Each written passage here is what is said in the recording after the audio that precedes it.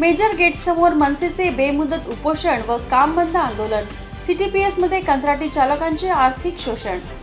CTPS मध्ये site visit, देखभाल आणि इतर कामांसाठी चारचाकी वाहनांसाठी वार्षिक करार केला जातो। त्याची निविदा काढली जाते।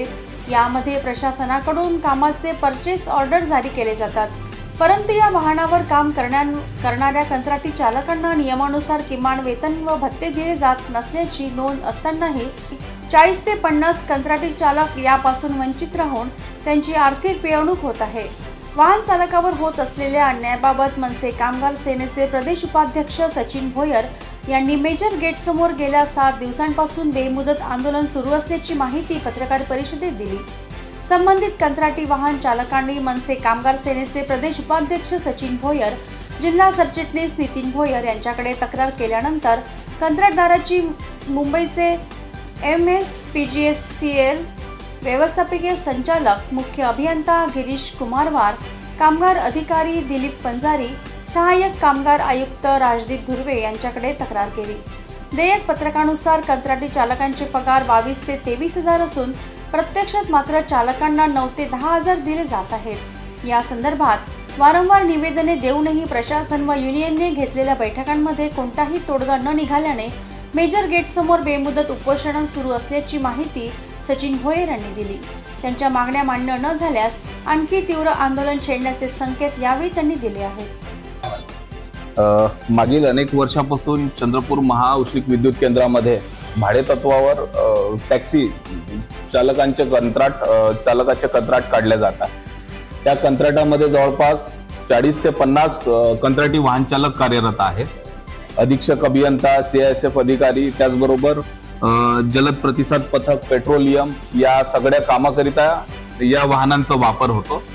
परंतु मागच्या अनेक वर्षापासून या कंत्राटी कर्मचाऱ्यांना, वाहन चालकांना त्यांचं हक्काचं किमान वेतन व भत्ते दिल्या जात नाही।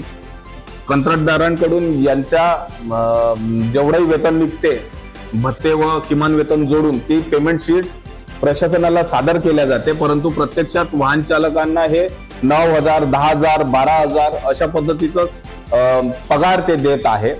या शोषणाविरोधात महाराष्ट्र नवनिर्माण सेनेने मागील अनेक दिवसापासून सीटीपीएस प्रशासनाकडे तक्रार केली, परंतु संबंधित अधिकारी या प्रकरणाकडे लक्ष द्यायला तयार नाही।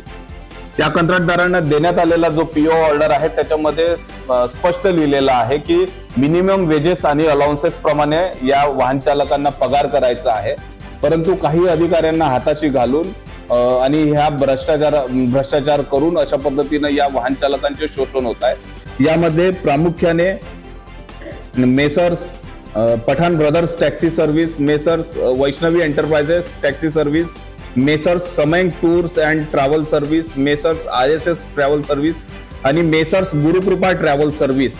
यामध्ये messrs Samayank tours and service जे याचे ऑनर राजेश वनकर आहे, यांनी कंत्राटी वाहन चालकांचे बनावट सॅलरी अकाउंट उघडले व त्याच्यामध्ये या कंत्राटी वाहन चालकांचा पगार जमा करतो।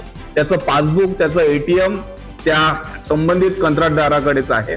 अशा पद्धतीचे बोगस काम सीटीपीएस मध्ये चालू आहे। हे काम आम्ही उपअभियंता भूषण शिंदे तसेच कामगार कल्याण अधिकारी दिलीप पंजारी यांच्या लक्षात आणून देखील त्या कंत्राटदारांवर कुठली कारवाई झाली नाही। आजही त्यांचं कंत्राट जसंच्या तसं सुरू आहे आणि महाराष्ट्र नवनिर्माण सेनेतर्फे या कंत्राटी वाहन चालकांना न्याय मिळवण्याकरिता मेजर गेट समोर आमरण उपोषण सुरू आहे। त्यामध्ये सूरज जांभुडे व सागर खाडीलकर यांची प्रकृती चिंताजनक झाली, त्यांना गव्हर्नमेंट हॉस्पिटलला ऍडमिट केलं, परंतु अजून देखील सीटीपीएस प्रशासन लक्ष देत नाही। म्हणूनच आज या पत्रकार परिषदेच्या माध्यमातून आम्ही या वाहन चालकाची भूमिका मांडत आहोत।